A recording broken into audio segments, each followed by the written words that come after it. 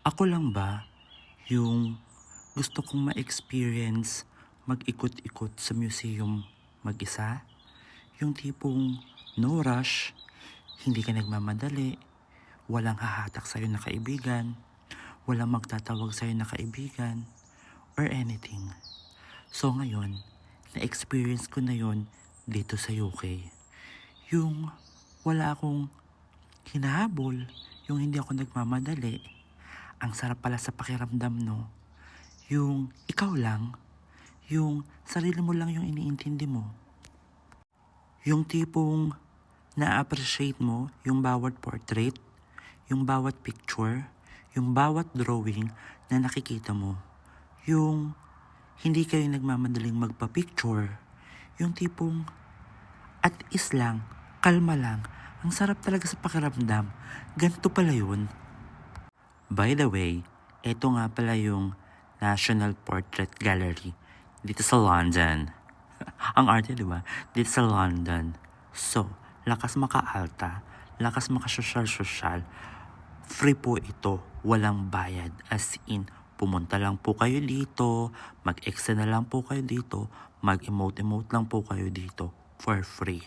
Monday to Saturday from 10:30 to 8 p.m. po ng gabi. And here's the thing, meron din pala silang cafe, yung portrait cafe ni Audrey Hepburn. Hindi ko na kasi yun pinasok kasi ang mahal, piling ko, ang mahal ng mga kape tsaka ng mga sandwiches sa loob. Kaya talagang parang nahiya na ako, umatras ako. Pinicturean ko lang talaga yung harapan nung Audrey Hepburn Cafe na yun dito sa National Portrait Gallery. Kasi nga, parang ang mahal eh. So, hindi na ako pumasok. Each level nitong National Portrait Gallery, iba-iba yung makikita ninyo. Iba't ibang paintings, iba't ibang sketch, drawing. Tapos, nagulat ako, ang ganda ng CR nila dito sa ilalim.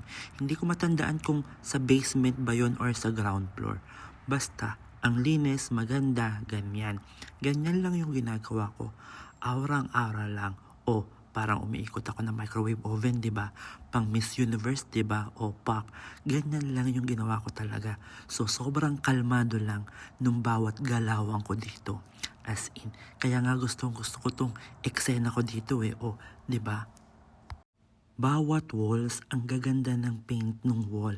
Ang ganda. Tapos yung mga frame na ginamit, ang gaganda din. Well, anyway, thank you so much for watching. Sana nagustuhan ninyo tong mini vlog ko na to dito sa museum. And sana makapunta uli ako sa isa pang museum dito sa London. Na solo lang din ako at isi-share ko yun dito sa mini vlog natin. So bye everyone. Thank you for watching. I hope you like it. Bye!